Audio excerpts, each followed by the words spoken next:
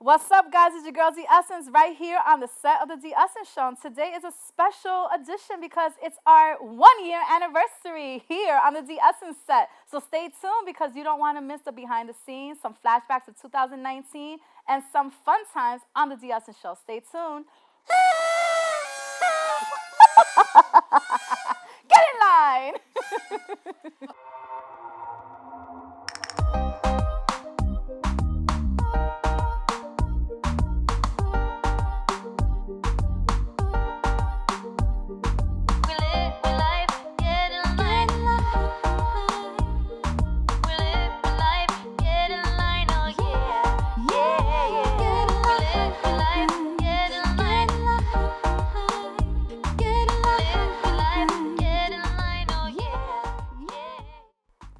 Yes, guys, welcome back. It's the D Essence Show. Happy Get in Line Wednesday. It is our 1 year anniversary that I found a new home and I've been supported and encouraged and has been given a new platform that has been surreal, has been a goal of mine for quite some time.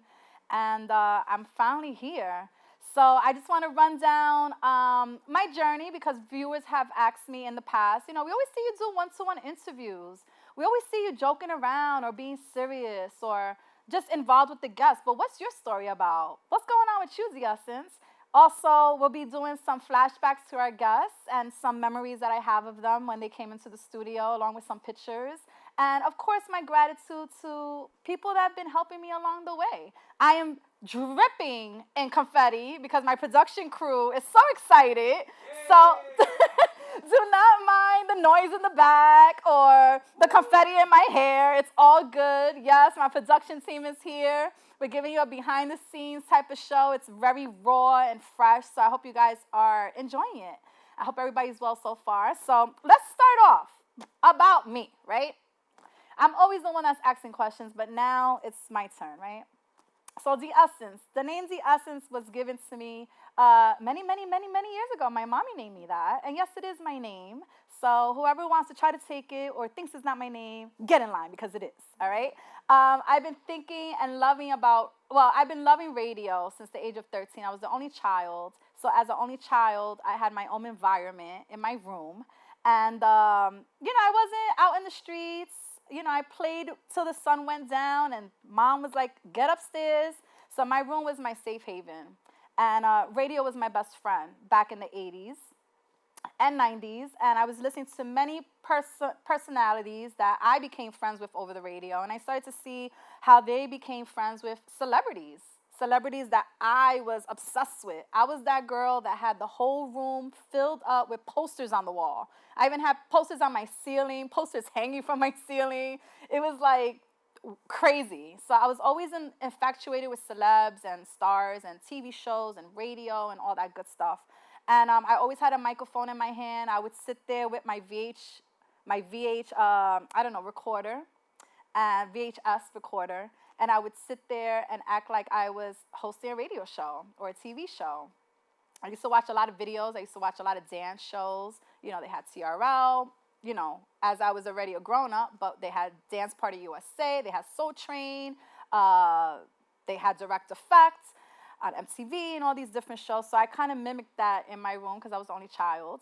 And I ended up falling in love with it. And at the age of 13 in my room, I remember this particular day I called my parents in my room and I spoke to my mom and dad and said, I think I know what I want to do.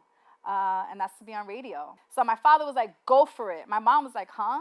Anyway, the dream lived on. 13, ended up graduating high school. Always saying I was going to be that next radio girl. College came. I was ecstatic about college. I went to LIU in Brooklyn. And the first day that I signed up for my first class, I signed up for the radio station in college. And I had my own show. I still had the name The Essence. And it was a music show. And I had a blast doing it. I learned how to cue records, how to put promos on, and all these things that had to do with the radio environment. And I became a program director there for a little bit. And I moved on. And then I started liking television because I started taking classes in college for TV production. And I noticed that I had a thing for camera. Even though I was very shy, I was very timid, I was very quiet as a young girl. I was always dancing around, always singing. Not that I knew how to, but that was my getaway. You know what I mean? And then I started to go to direct effect on MTV and doing some dancing up there. And I remember I got one night of shine.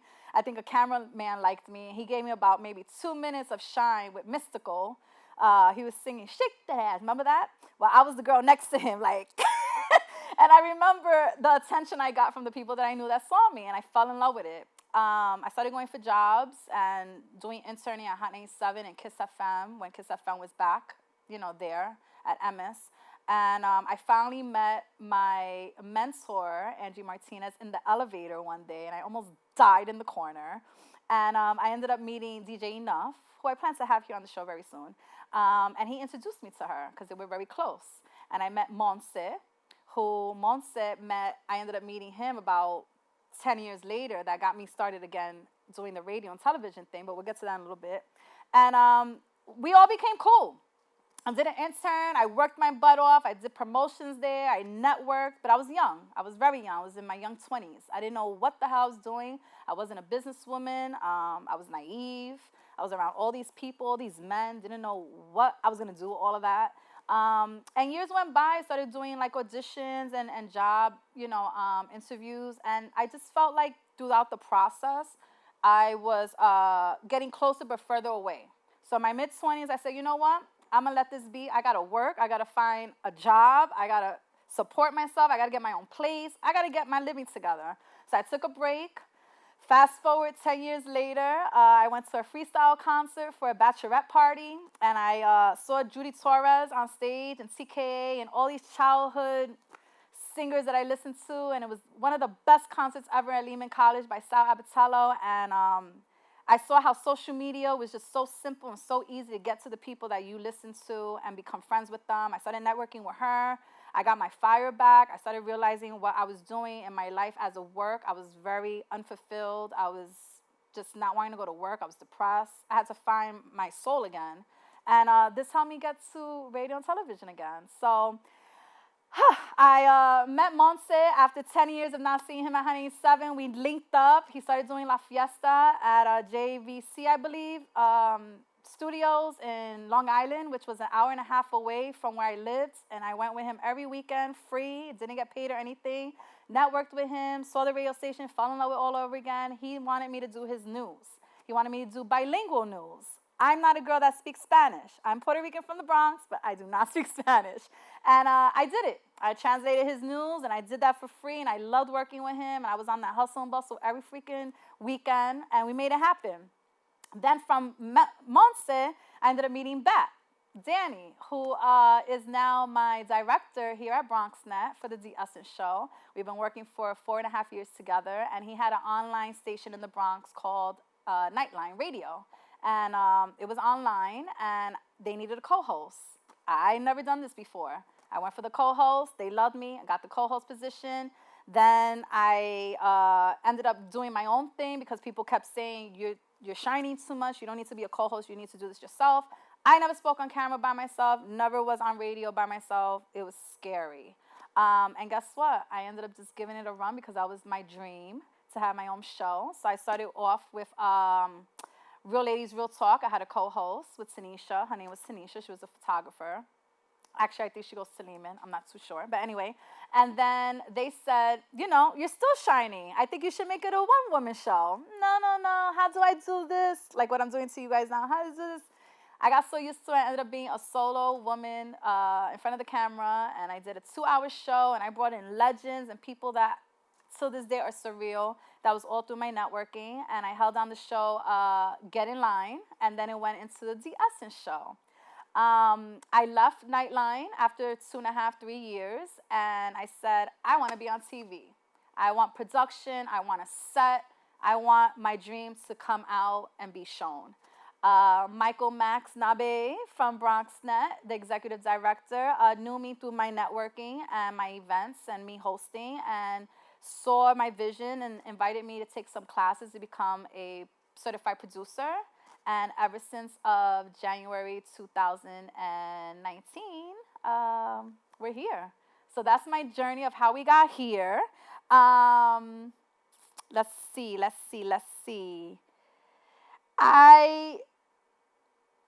I'm very comfortable here. My production team is amazing. They have the same vision. We share visions and we bring it together for you guys each and every week. My goal for this show is to get to a higher plateau.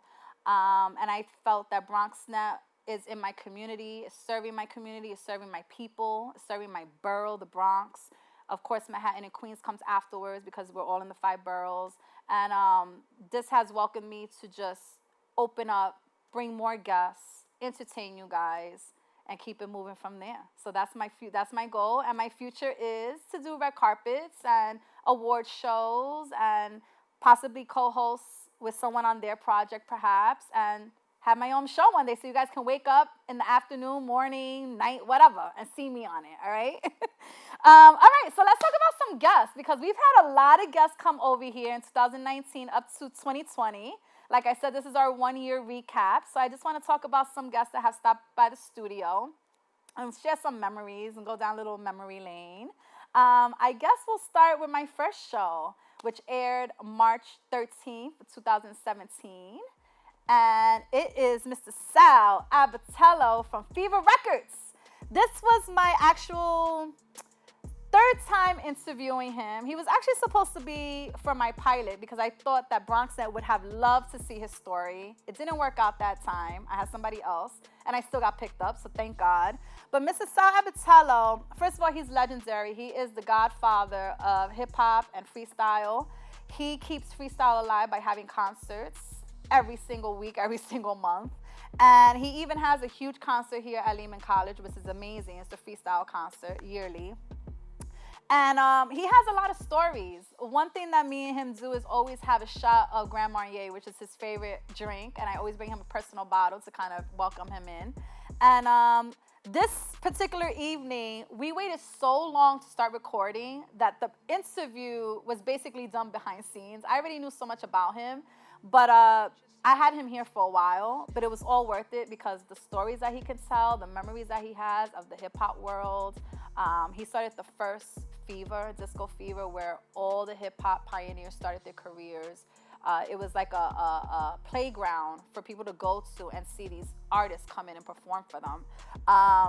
And I want to have him back on a panel with Ralph McDaniels and Joe Conzo. I just want him to come back so he can kind of just powwow with them and just spread some memories to you guys. All right, who we have next?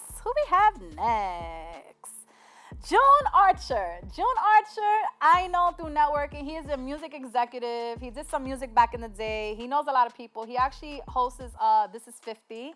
He's very well dressed. He's always looking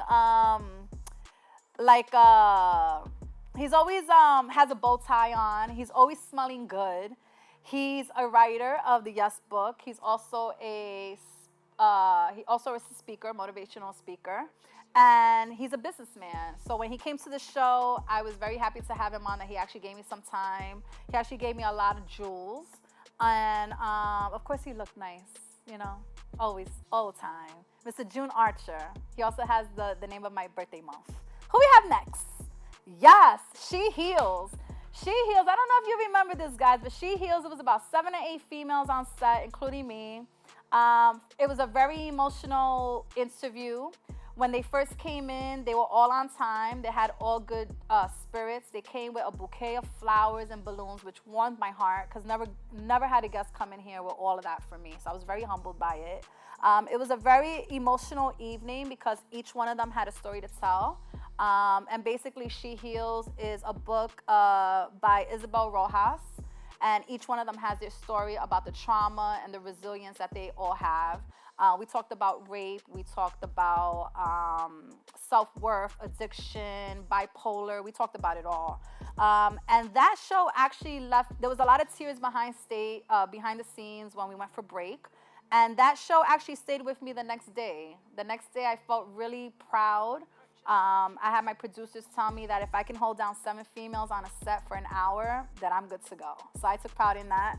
And just the love they showed me. I was just happy to be their venting board. Who else we got? Mariah Esco. Mariah Esco I met years ago at Nightline, and she came in and did an interview with me, and she looked a little different from what she looks like now. And she came in for this night. It was a long night. We were here till about 10:30, starting from 6 to 10:30. I was exhausted. My feet were killing me. I actually had my shoes off as I was doing the interview with her. She was gracious. She was encouraging. She gave me her shoulder to literally lean on because I was so tired. Her voice was beautiful. I had so many hits on her song that people that didn't even know who she was inboxing me about Euphoria. She is a singer. She is a Lehman princess because she does a lot of theater here. And she was a pleasure having on. She actually is the singer of my new intro. Just in case you guys ever want to know who was singing it, it was Mariah. Island Life Kitchen. She got my stomach growling already. I'm craving her food. Island Life Kitchen is Damaris Oliveira, and she is a returning or reoccurring guest. I'm trying to make her my house cook, so when I get famous, she'll be the one cooking it up for the production. She's Puerto Rican from Queens, and she has her own Island Life Kitchen business, which is basically Latino food, but healthy. And we do vegan as well. She has hair products and all that good stuff. So you'll be seeing her again. When she comes in, we set up the table, we have drinks, we eat like pigs on set. That's the only time you get to see Diaz going crazy with food. Bistros, recent show. Bistros Alfredo. Alfredo's the owner of Bistros, Bricks and Hop. But he's a homie, and I met him through a personal friend. We went to his restaurant. He owns Bistros on Alexander Avenue in the Bronx, the first hip-hop restaurant ever. And it's a gorgeous spot, so please make a visit over there. They have graffiti, payphones. When you first walk in, it's a record shop. You open up some velvet curtains, I should say. And it's a magical place, chandeliers, books, paintings, old school hip hop music. Food is absolutely delicious. It's between Latino and Southern, so the fried chicken is amazing. Go check it out. And they have Wu Wednesdays where they represent for the Wu-Tang. And they name drinks and food after hip hop artists. Isn't that cool? So we'll have him back to do a demonstration, but that's the homie right there. Luis Antonio Ramos. Now that is an old school legend right there. He's still legend. Blue Bloods, Do the Right Thing, Power, CSI, Martin. The list goes on. You guys can check it out on YouTube. And me and him met at a Puerto Rico relief event, and I saw him because I was trying to get him on the show a long time ago, actually. And I saw him and I ran up to him and I got my one-to-one in the street. And he was amazing. He treated me like family the minute he met me, hugs and kisses. And we kept in touch. 2-3 years went by so fast. And I finally got him on set. And he loved my mom. My mom was here. And it felt like a Puerto Rican family that all came together for the first time. It was lovely.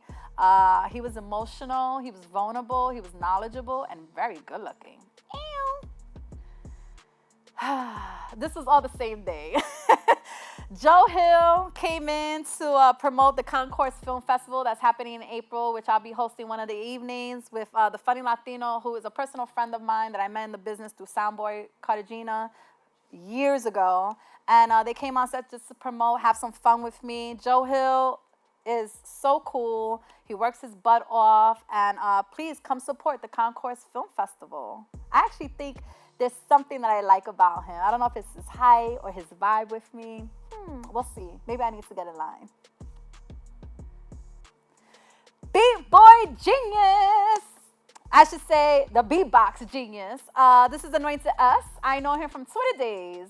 Right now, Twitter is still around, but this was before I was doing Instagram many, many years ago. Anointed S, I came across, someone had told me about him, and I respected him, and I always supported him, just never got a chance to bring him into Nightline or this studio. But finally, we linked up. He came in. He was he's very talented. It's funny because we were actually waiting to be recorded, and he was actually making beats as we were talking. We would talk, and he would just start vibrating like a phone. He would start beeping like a horn. Production didn't know what was going on. We didn't know if it was outside in the hallway. We didn't know what was going on, but it was actually him just kind of messing around with us because that's how on point he is. He actually did a performance for us. And he was cool. He was all about WEPA. That was his thing. And it was a fun interview. I wish him the best of luck. And he's around, so check him out. You may see him on someone's tour. Yes. This show right here was a planned show. Each individual did not know that they were going to be on the show, but they all knew each other from somewhere. Marcus Payne, DWI, Car Michelle, Kevin Pryor, Travis, and Dwayne. And they all got along. It's funny because they all actually wore black. I don't know why, but they did, except for the green, thank God. And we had a black male panel, 2019, what it is to be a black male in the United States, in New York City. I had a lot of people ask me, are you running out of ideas? Are you getting bored? You're Latina. Why black men? Why not Spanish men? Because it needed to be addressed. And it was one of the most honorable, vulnerable moments I've ever had. They were all thankful for it. They got such good ratings that they wanted to come back and do a part 2. So I got the Latinos, I got the females, but we're going to bring them back very soon. Natalia Fernandez.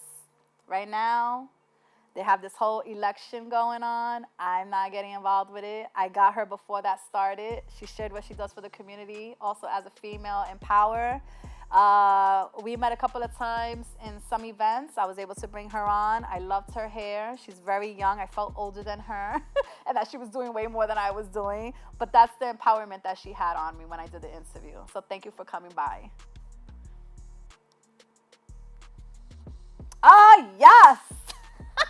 This was not planned at all. This actually was us twinning. And she does not have a spot on her dress. That's actually lighting or some, I don't know. It's digital. Don't worry about it, Audrey. Don't worry about it.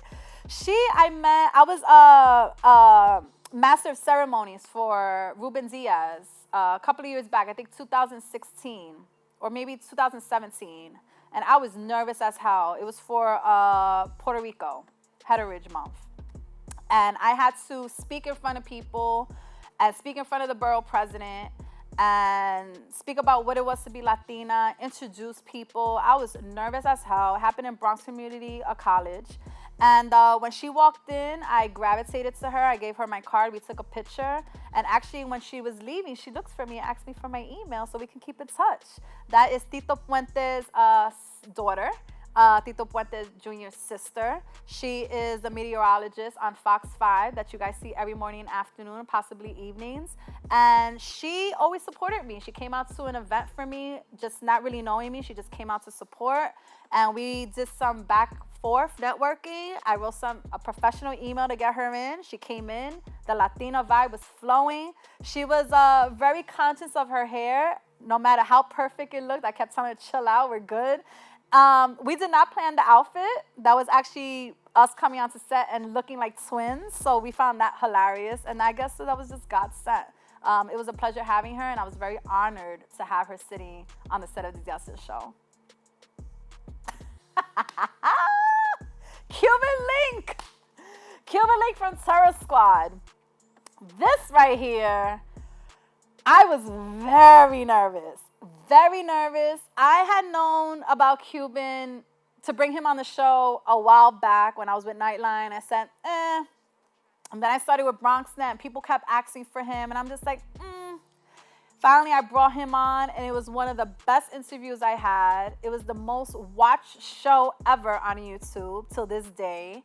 And it also opened up the fan base as well. The thing with Cuban Link was that Terror Squad, Big Pun, Fat Joe was a very controversial time up to today. There's a lot of separation. There's a lot of blah, blah, blah, blah.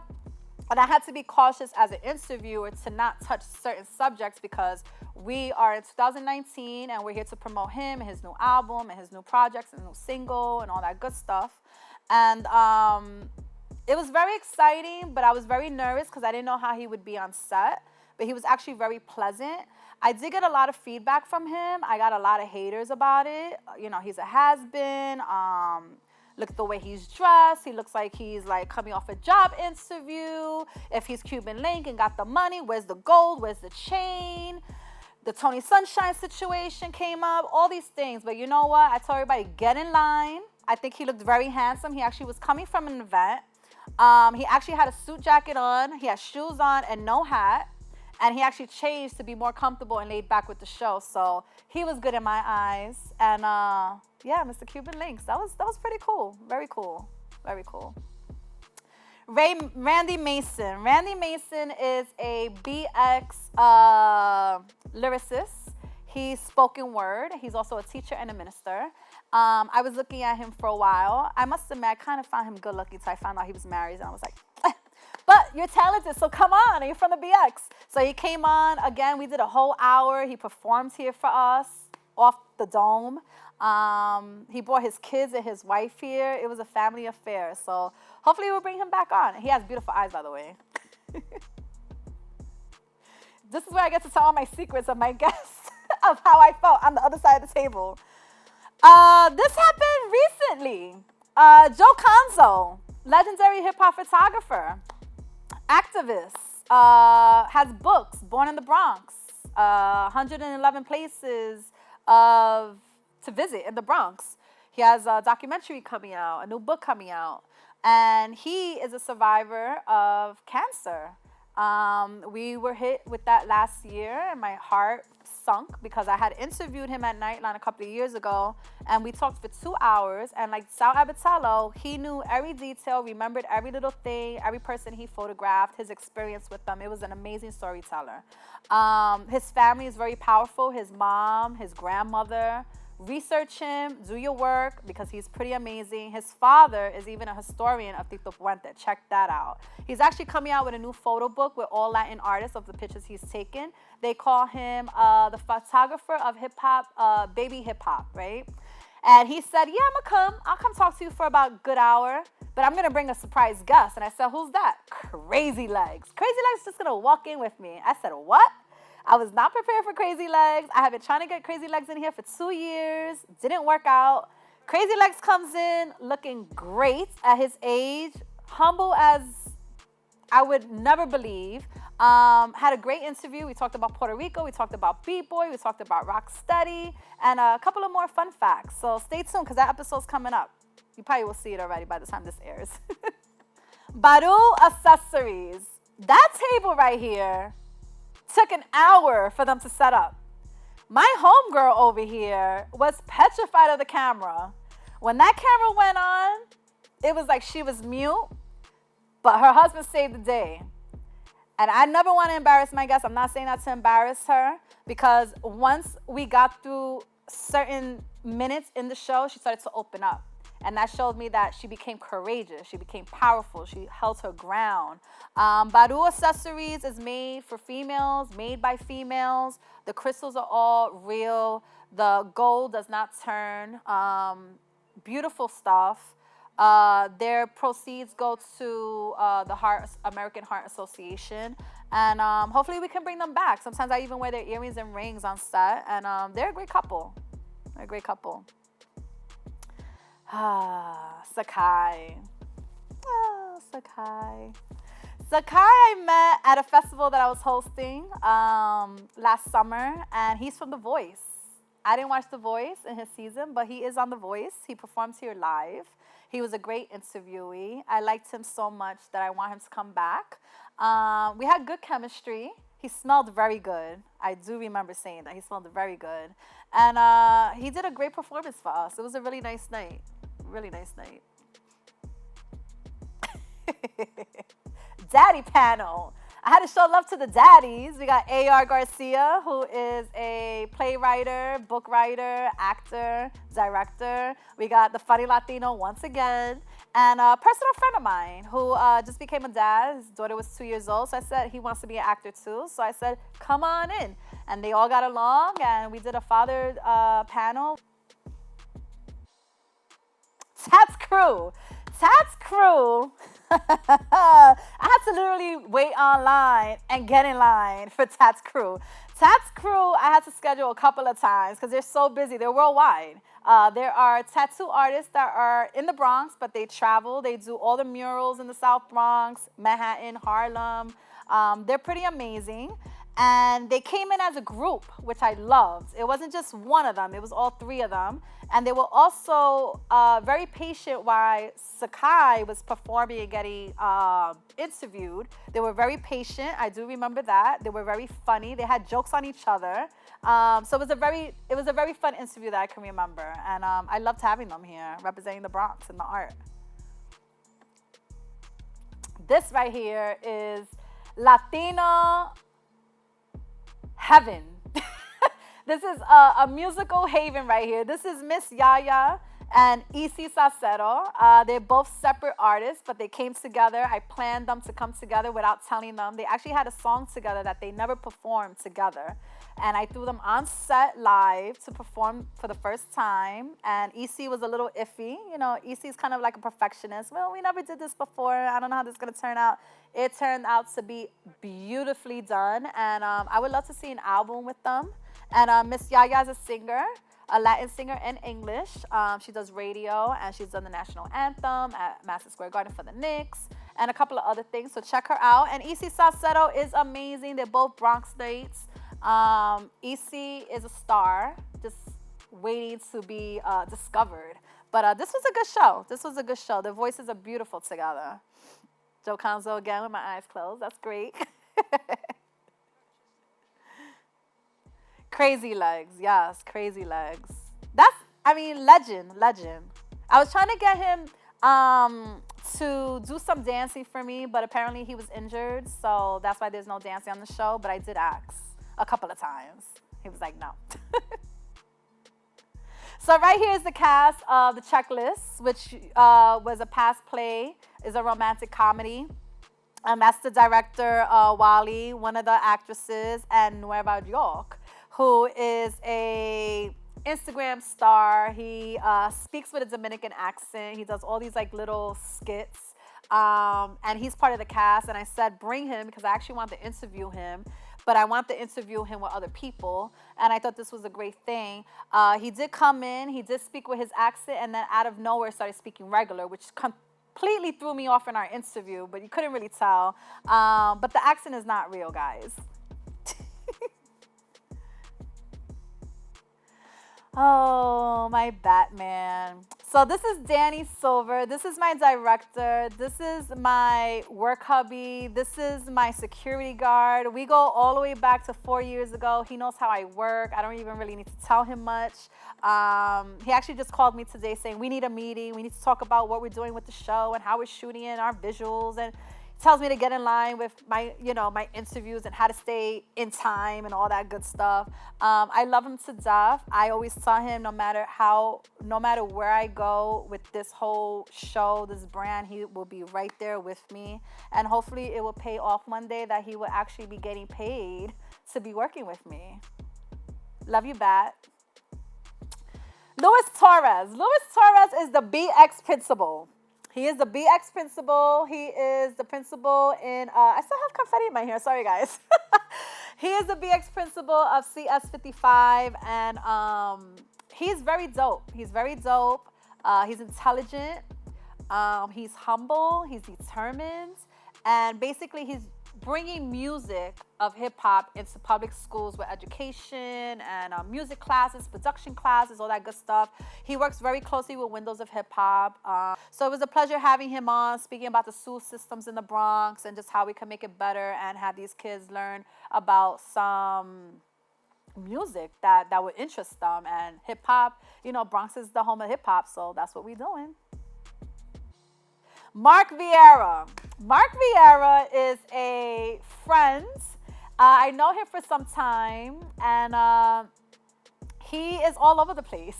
He's Puerto Rican too, from the Bronx. He is a very hard interviewee because he just cracks jokes all the time. As you can see, I'm cheesing because that's all he made me do was laugh, even as I'm conducting the interview. He does not allow me to conduct the interview. And the dimples to die for. This was another show that was not aired due to production, but I just wanted to show you a picture. He looked good that day too. I was like, damn, you working hard. But yeah, that's Mr. Mark Viera. Check him out. Bronx native. Bronx native was fun. He came on set. He's Dominican descent from the BX. He's a co-founder of Bronx Native. He's all over the place. The Bronx has shown so much love. Tri-State has shown so much love. He was a lot of fun. He was dancing on set. He was doing his He was doing all of that. It was a pleasure sitting with him. Turned out to be a great show, and I was happy that he sat with me. This was actually the first time we had met, and it was a nice thing to have him on. And now we know each other, and now he's ruling the Bronx. I'm the BX princess, so it all works. But yeah, it was good to have him on set, and I love my outfit, by the way. All right, so we got some behind the scenes. I want to give a shout out to everybody who's been here. One person that we did not show here on the pictures was Chris Rivers. I interviewed Big Pun's son for the second time, and the first time he was a sweetheart. I met him in the street. I saw him coming out the car, and I ran up on him. I said, "Oh my God, Chris Rivers, I'm D-Essence. You don't know me." He's like, "Hey, how are you?" He gives me a kiss. He gives me a hug, and I'm like, "But you don't know me." He's like, "It's all good. It's all good." We ended up doing an interview. He kicked a freestyle for like 5 minutes off the dome. I threw out words to him, and he just made a rap out of it. He is amazing. He is too grown for his time. When he came back the second time on set, he was more jolly. He seemed more comfortable. He seemed like he had more self-esteem, that he was ready to attack the world. He later then released his album, which I'm obsessed with. We talked about Big Pun, his dad, and the whole Terror Squad movement and his plans for his future. So it was a blessing to have Chris Rivers here too. I've noticed that a lot of artists are not here anymore, but I've been blessed to interview their offsprings that are in my age group now, that we can talk about all of this. There's a lot of unsigned artists out there that need the plateau, and I'm here for that. So yeah, I just want to thank all my artists, all my guests who have been here. I do want to thank my production crew. It takes a village to be here. This alone took God knows how long. Yes, guys. Woo! Yes. There's usually more on set. There's usually more on set, but it's a tight crew today, and that's fine. I just want to put something together for our 1 year. I want to thank BronxNet for having us here each and every week as our new home until further. I did have 4 questions from viewers, that want to know certain things. So I'm just gonna give you guys the answer. One viewer wanted to know, which was the most difficult guess? The most difficult guess, I think, was the jewelry, because I had to make her feel very comfortable. And I'm very comfortable in front of the camera, but when you have nervous energy on you, it kind of starts getting you nervous for no apparent reason. And I think my most difficult is having a guest here who has so much history and they only have a half hour to speak. That's one of the most difficult times. Another question was one of my favorite shows. I have fun on all my shows from the past and now, so I don't really want to section anyone out, but they're all fun, they're all an experience, they're all a new learning journey, and they're all my favorite. I'm not going to point nobody out. Challenge. They want to know, what was the challenge of the show? Challenge of the show is getting people here on time. Staying within our time bracket, which is always a challenge for me because I always want to know too much. And like they're telling me right now to wrap it up on my 1 year anniversary. They're still telling me to wrap it up. So that's one of my challenges. One thing of the essence that you may not know. I like smells. Sometimes certain smells that you may not like, I kind of like, And if I wasn't doing TV, what would I want to do? Social work. I would want to be a social worker. Actually went to see if I can go into graduate school for it, and I got accepted to Toro College right on spot. But the scheduling just didn't work out, and I still had the true love of radio and television, so here I am. All right, so we're going to end the show here. I am going to end the show with a segment that was never aired with Francisco Burgos, and just to give you a little one-to-one on what he's about and what he has coming up for you in 2020. And that's it, guys. We're here hopefully for another year and many more. Thank you for watching. Thank you for the family watching. Thank you for the coverage of News 12 coming in here. BronxNet doing an article. Bronx Times calling me the princess of the Bronx. Thank you guys. That was very special. I felt very prideful and excited. After seeing those things, it humbled me, and it actually made me claim who I am and what my show's about finally, because I was very humble about it. I used to downplay myself. No, I'm upping myself. Thank God, Fine Foods for providing food here and there for us, for production, and Lalo for doing our intro along with Mariah, and my viewers. Love you guys. See you next Wednesday. If not, you better get in line. Your girl's the Essence.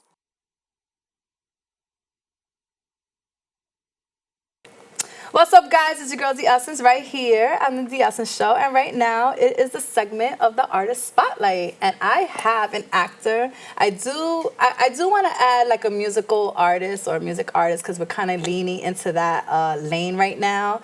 And a guitarist. Through my research that we'll talk about a little bit more, he goes by the name of Francisco Burgos. Welcome to the Essence Show, my love. Thank you for having me. Thank you for having me. Of course. I'm happy to have you here. Yeah, we met sometime in the Bronx. I think it was at Fashion show, Bronx Fashion Show. That's right. Yeah. And I saw you sitting there, and I was trying to get you before that, because when I saw you on Power, he was on Power season 6.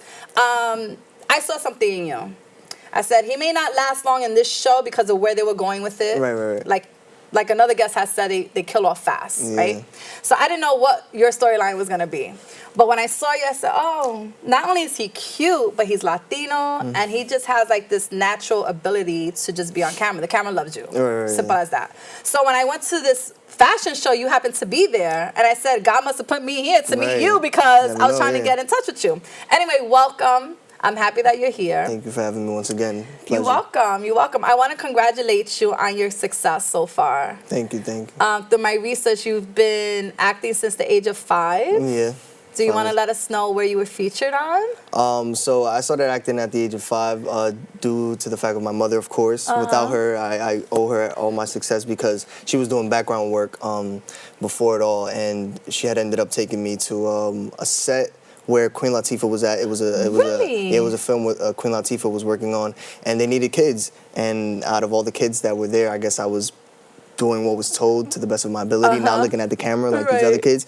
And she saw it and told my mother that she should put me into acting. And ever since that day, boom, took off. So yeah, shout out to Queen Latifah for like planting that seed into my mom's brain, and to doing that. Shout out to my mom for even having me. I don't want to say her real name, but hi, my love, we miss you. Definitely. So you started off, as I was reading about you, you started off in Sesame, please? Yeah, Sesame Street. Sorry about that. Yeah, I was doing Sesame Street with, I had a manager at the time, not an agency, and I had got into Sesame Street. I was even, I had just found out recently that Michael Rainey Jr. from Power, my boy, we were on the same episode at a point. They had a meme going around, which was funny, so ironic, and we didn't know till now. I ended up showing him the photo, which was so funny. Wow.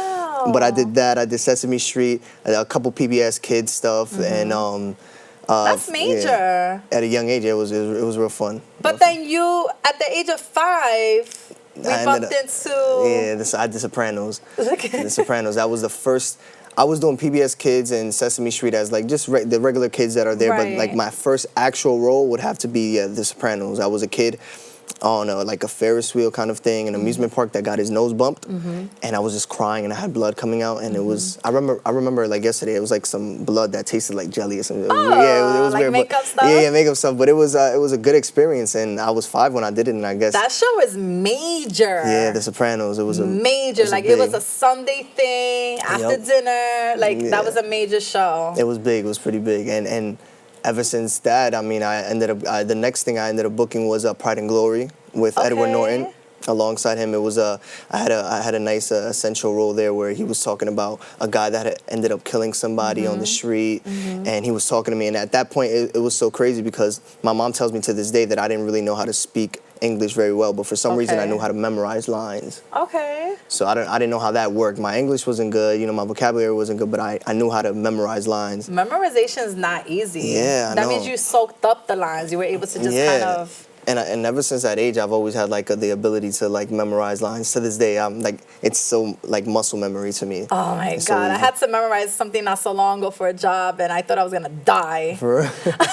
I like slept, like I breathed it, I lived it, Yeah. and it was like, I thought it was the worst thing ever. I said, I don't know how I'm gonna get through this. And I went to school, I went to college and Yeah. everything, but I just didn't remember memorizing maybe 20 pages within a month of information I didn't even know. Wow, yeah, that's a lot. It 20 was a pages? lot, yeah. So for you to say that you're good with memorization, that's a gift. No, you I definitely tell you. all the time memorize. That's acting, of course, is key and it's important. But of course, the memorization if you don't know the lines, what are you gonna be doing? You know, so Yeah. that's very key. You know. So are you good with auditions? Oh yeah, I love auditions. You love them? I love. Well, I'm saying I love auditions because like.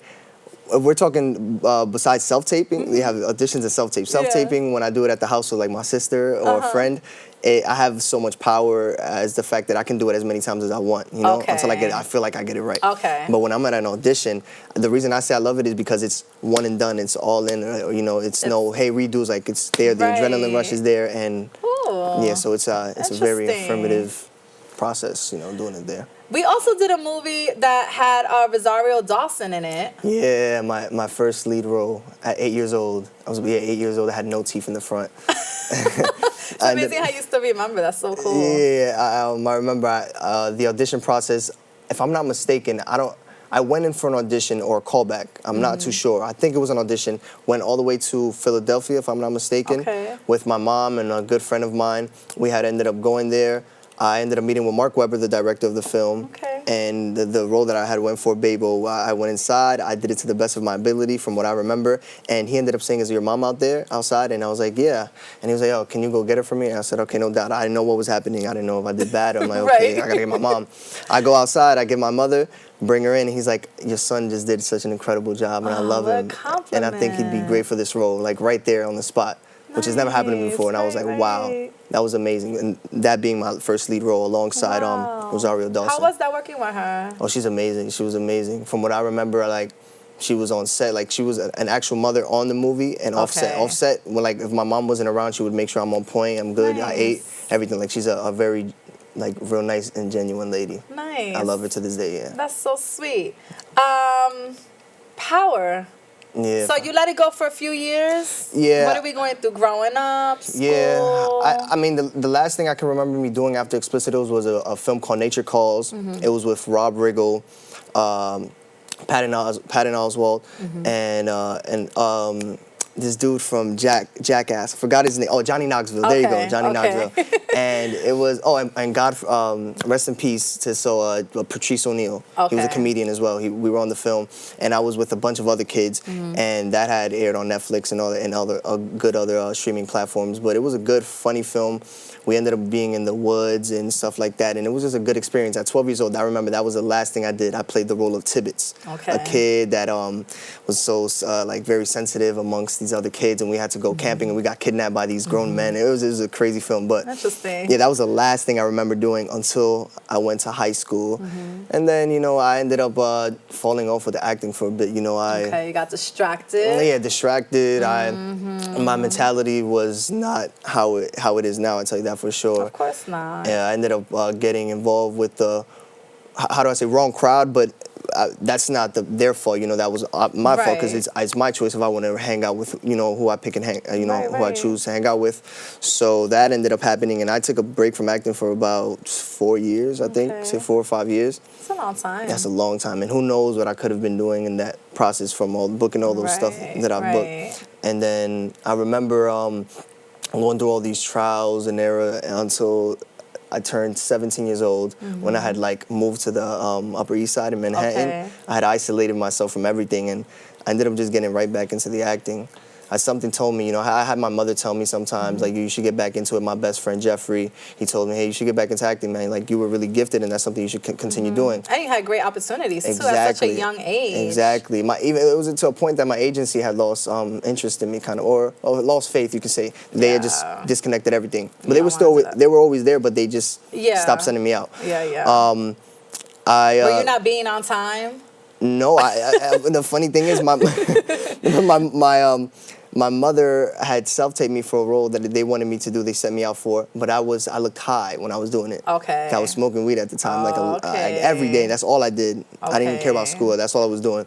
I was high, and they said, "Hey, he looks like he doesn't want to do it at the like. He looks like he's just not like unmotivated." Yeah, And my mother was like, "Oh, just give him give us time. We'll send you something else." But they can't do that. They're on a time frame. Right, of course. So that ended up happening, and from there, my mom just was like, "You know what? If you don't want to act no more, then you're grown. You're right, getting like into make a decision to see what we're gonna do." And Understood. yeah, but when I was 17 years old, that's when I turned the leaf, and that's when I made the mark to actually, get into summer school and get my 2 credits so that I can have my child's workers permit and book Power. That's when I had book Power. Look 17 at years old. Yeah. that. So did you go for an audition for Power? How did you find out about that whole Power movement? Okay, so when I had just first started getting my feet back wet with the whole acting scenery, I was doing behind the scenes work and all that stuff. Okay.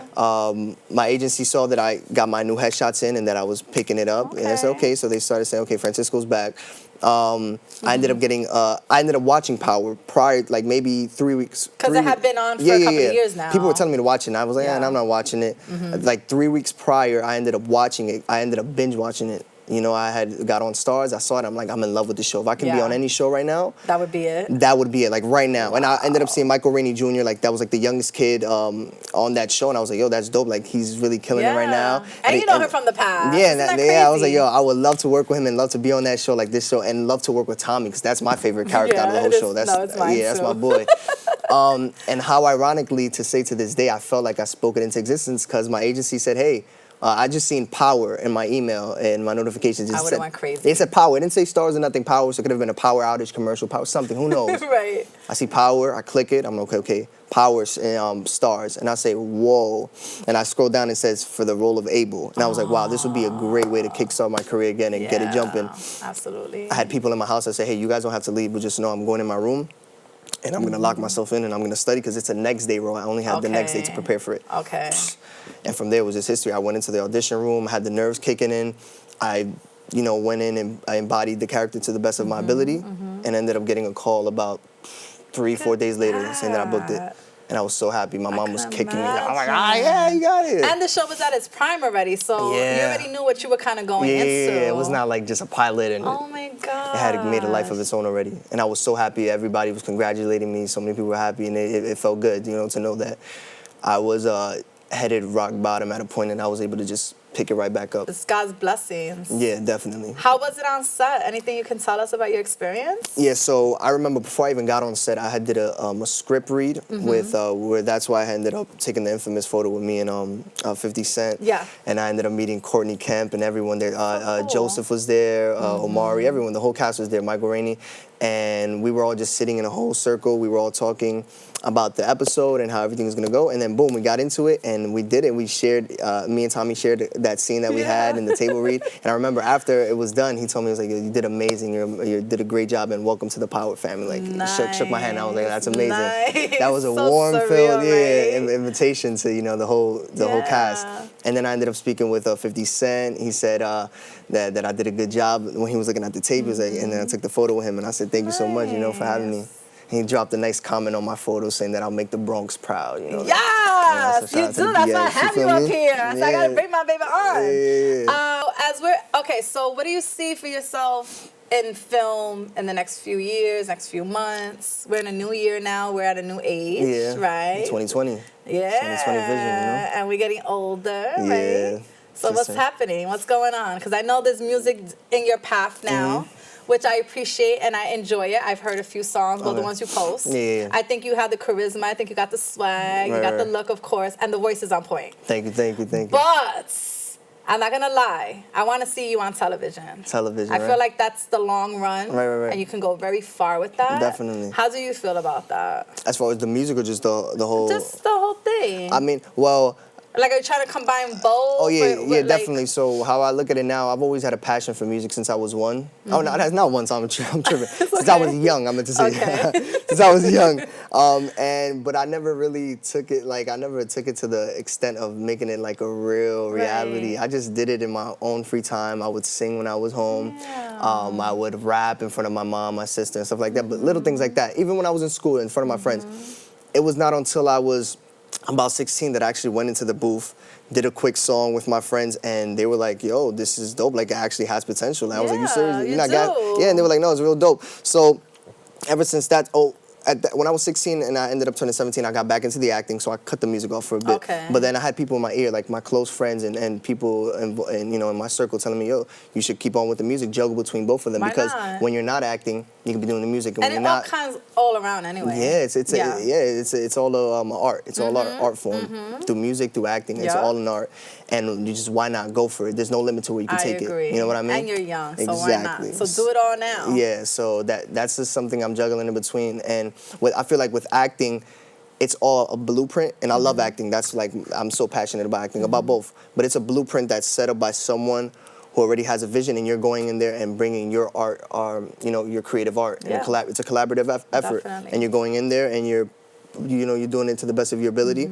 And with music, that's all built from me. That's Francisco, you know, that's built from the ground up. And I'm the creator of, you know, what happens, Of you that, know. right. And we're going by Frank. By when it Frank, comes to there that. you go. See, there you go, Frank. Okay. Francisco Burgos, the actor, Frank, the artist. Okay, So all right. it's the- Now, I'll be honest, I haven't been able to see the horror flick. Okay. I thought it was coming out this year, but it actually came out last year, 2019, late. Yeah, late, yeah. How was that doing your horror flick? That was the first one you did, right? That was my first horror film, and I loved it. I mean, it was a great experience being with everyone on set. Yeah. You know, every time you do a new project, a film, a TV show, you end up meeting people that you don't know what it creates a life of its own, you know.